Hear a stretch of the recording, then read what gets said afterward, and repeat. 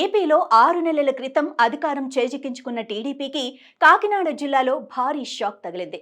ఇంకా చెప్పాలి అంటే ప్రభుత్వాన్ని నడుపుతున్న అధికార పార్టీకి ఇది ఎదురు దెబ్బ. ఎన్నికల్లో ఘన విజయం సాధించినా క్షేత్రస్థాయిలో మాత్రం ఇంకా టీడీపీకి పట్టు చిక్కడం లేదనే చెప్పాలి. దీనికి నిదర్శనంగా కాకినాడ జిల్లాలో ఓ ఘటన చోటు చేసుకుంది. కాకినాడ జిల్లా కాజులూరు మండలంలోని ఉప్పుమిల్లి గ్రామంలో ధాన్యం పాటలు, పార్టీల విభేదాల నేపథ్యంలో టీడీపీకి చెందిన 7 కుటుంబాల్ని ఊరి పెద్దలు వెలివేశారు.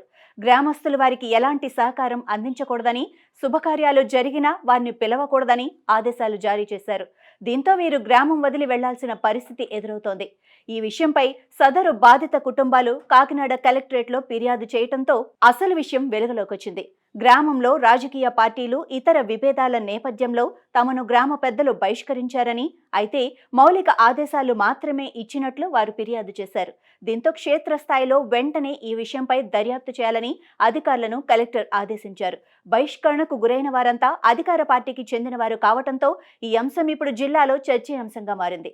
రాష్ట్రంలో 6 నెలల క్రితం కూటమి ప్రభుత్వం అధికారంలోకి వచ్చినా స్థానిక సంస్థల ఎన్నికల్లో గతంలో వైసీపీ భారీగా సీట్లు గెలుచుకోవడంతో ఇంకా క్షేత్రస్థాయిలో ఆ ప్రభావం కనిపిస్తోందన్న వాదన వినపడుతోంది. దీంతో రాష్ట్రంలో కూటమి అధికారంలోకి వచ్చినా గ్రామాల్లో మాత్రం ఇంకా వైసీపీ హవా కొనసాగుతున్నట్టు అర్థమవుతోంది. జరిగిన ఘటనపై అధికారులు రంగంలోకి దిగి వివరాలు సేకరిస్తున్నారు.